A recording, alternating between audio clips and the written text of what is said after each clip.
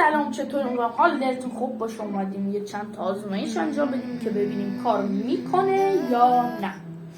خب بچه‌ها، چنل من بغل میاد، لطفا سابسکرایب کنید، زنگوله بغلش هم بفشارید، خیلی بهم کمک میکنه و انرژی میده. و ویدیوهای قبلی هم حتما ببینید و اینکه کامنت بذارید، لایک هم کنید که اینا هم خودتون میده.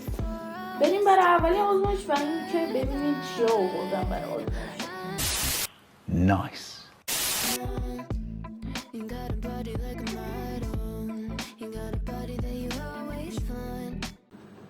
بله، یه عالم وسیله آوردم برای آزمایش، از جمله نه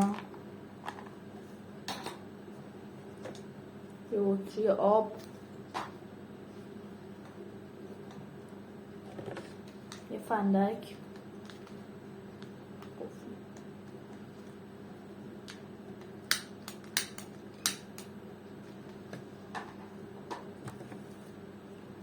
یه چسب تفنگی یا هم حرارتی با یه تیر با چسبش، یه قیچی، یه دستمال،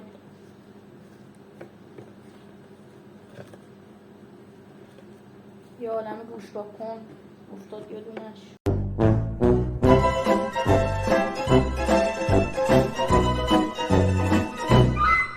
و همچنین یه چای نمیتونی. خب حالا در ادامه بهتون میگم با اینا میخوایم چه کارایی انجام بدیم. خب گایز، بریم اولین ویدیو رو ببینیم چه هست و چه میکنن.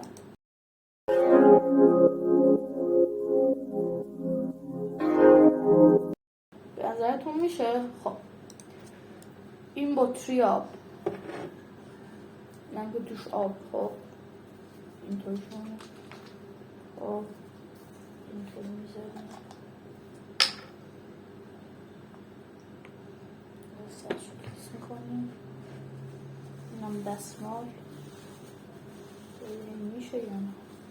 خب اینطور میکنیم،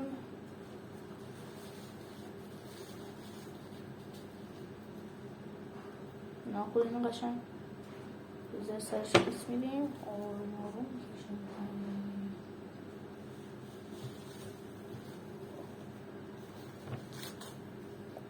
بچه واقعی بود، نیا کنین هیچی نمیریزه. یه ذره خیلی چون دستمالش کرد. بچه واقعی عالی بود، خوش آمد. این آزمایش واقعی بود.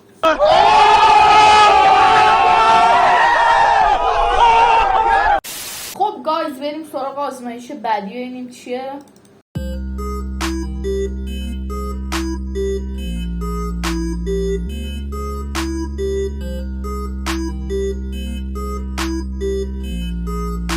خب بچه‌ها، ما الان این دوتا لیوان رو پر آب کردیم. الان نیاز داریم که این نی رو با قیچی به دو طرف تقسیم کنیم، بریم که انجام بدیم.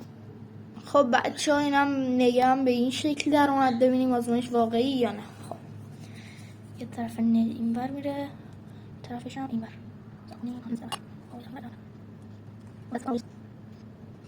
از واقعی نبود.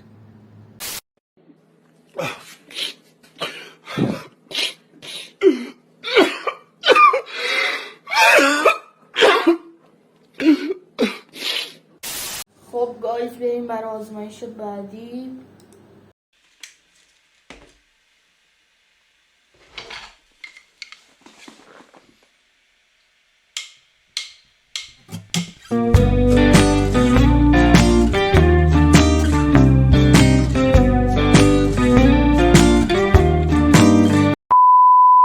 بچه ها تا اینجا رو اوکی کردم، حالا به شکل زوزنقه در اومده به جای مربع، ولی ادامه میدیم.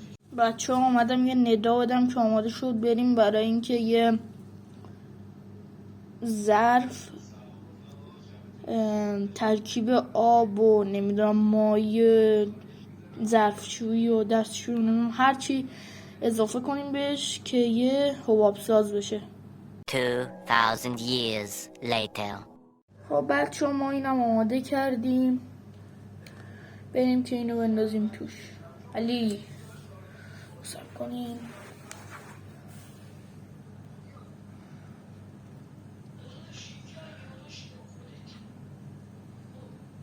و بله کار کرد.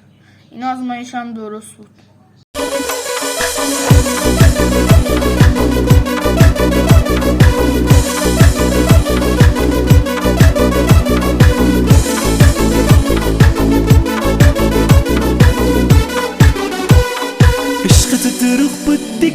خب بچه حالا یه آزمایش دیگه است با اینا که قراره پارچهش فقط استفاده کنیم، خود چای رو نمیخوایم و میگن که اگر پارچهشو به یه حالت صاف در بیاری و با فندک آتیشش بزنی میپره هوا. ببینیم پیچی میشه.